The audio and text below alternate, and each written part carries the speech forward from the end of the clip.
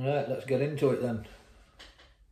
Wire, 2 crimps, pro snap swivel, diamond rolling swivel, lighter, scissors, crimping pliers.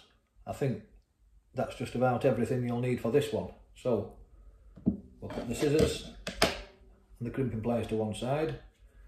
I'll get the wire. I'm going to burn this end just to put a. I'll try and keep it on. I'll try and keep it on here for you so you can see. So we're going to burn that end till it glows red. Then I'm going to snip that off with the scissors. So that wire is then completely solid at the end. It's not frayed or anything.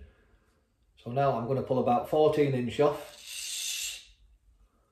Then we're going to burn it again. You can see it glowing red. I'm going to get my scissors, cut it exactly where it were glowing. It leaves a black mark on the wire so you know exactly where to cut it. Then we're going to get one of the tiny little crimps and we're going to thread the crimp onto the wire. I think anybody who knows fishing knows how to do that.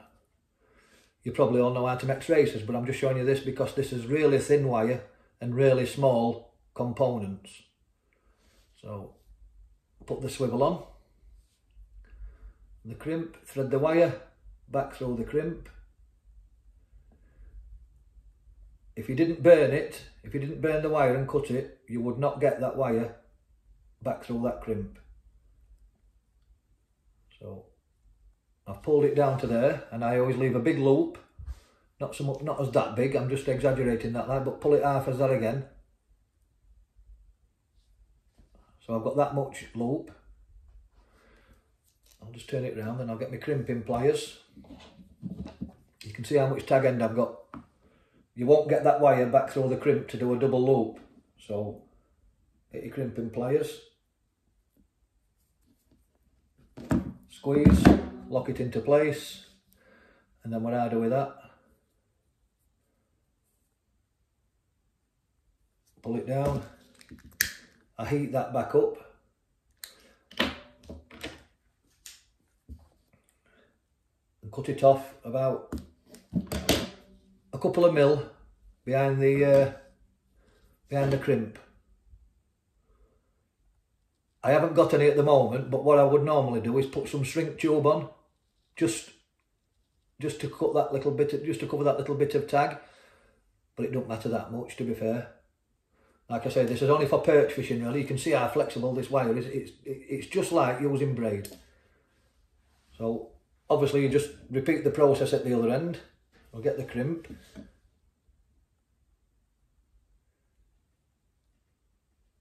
My 63-year-old eyes are not like that what they used to be, but there we go, it's on. And trying to do this for camera, it's difficult because I'm trying to focus on, I'm trying to look in the screen and do this at the same time, but there, see what I mean? That wire is now frayed. I've just caught it on the edge of the swivel, on the edge of the crimp, and it's thingy, so I'm going to have to burn that again. That's how finicky it is.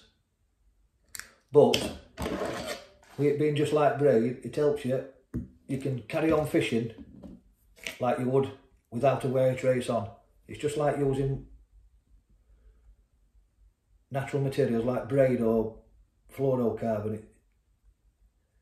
It's brilliant stuff, honestly. So again, we'll pull that tag to leave a big loop. Not that big, sort of half as that big, I'm just showing you that. Pull it down.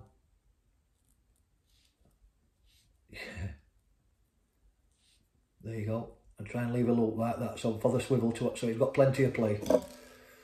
And get your crimping pliers again into the front, a good squeeze, that won't come undone. Now that loop stayed a bit too big just because I'm trying to film it, but it won't hurt, it'll still do the job. And then we'll burn that extra wire off.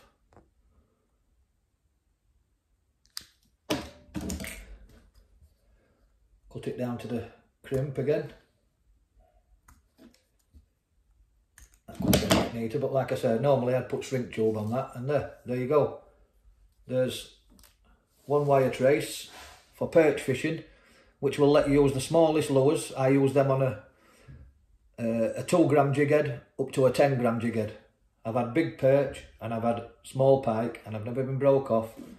But obviously you don't want the pike running away with fluorocarbon and hooks stuck in the mouth. So I've started using this.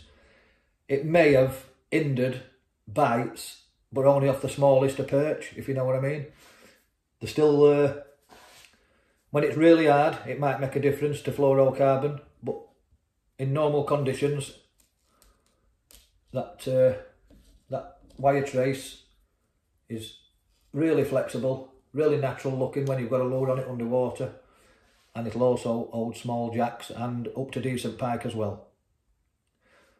Like I said, the only thing that's missing is that I would normally put a little bit of shrink wrap tube just over them crimps, just to tidy that end up a little bit, just to stop your braid from catching behind them. But there you go. So that's the Fox Rage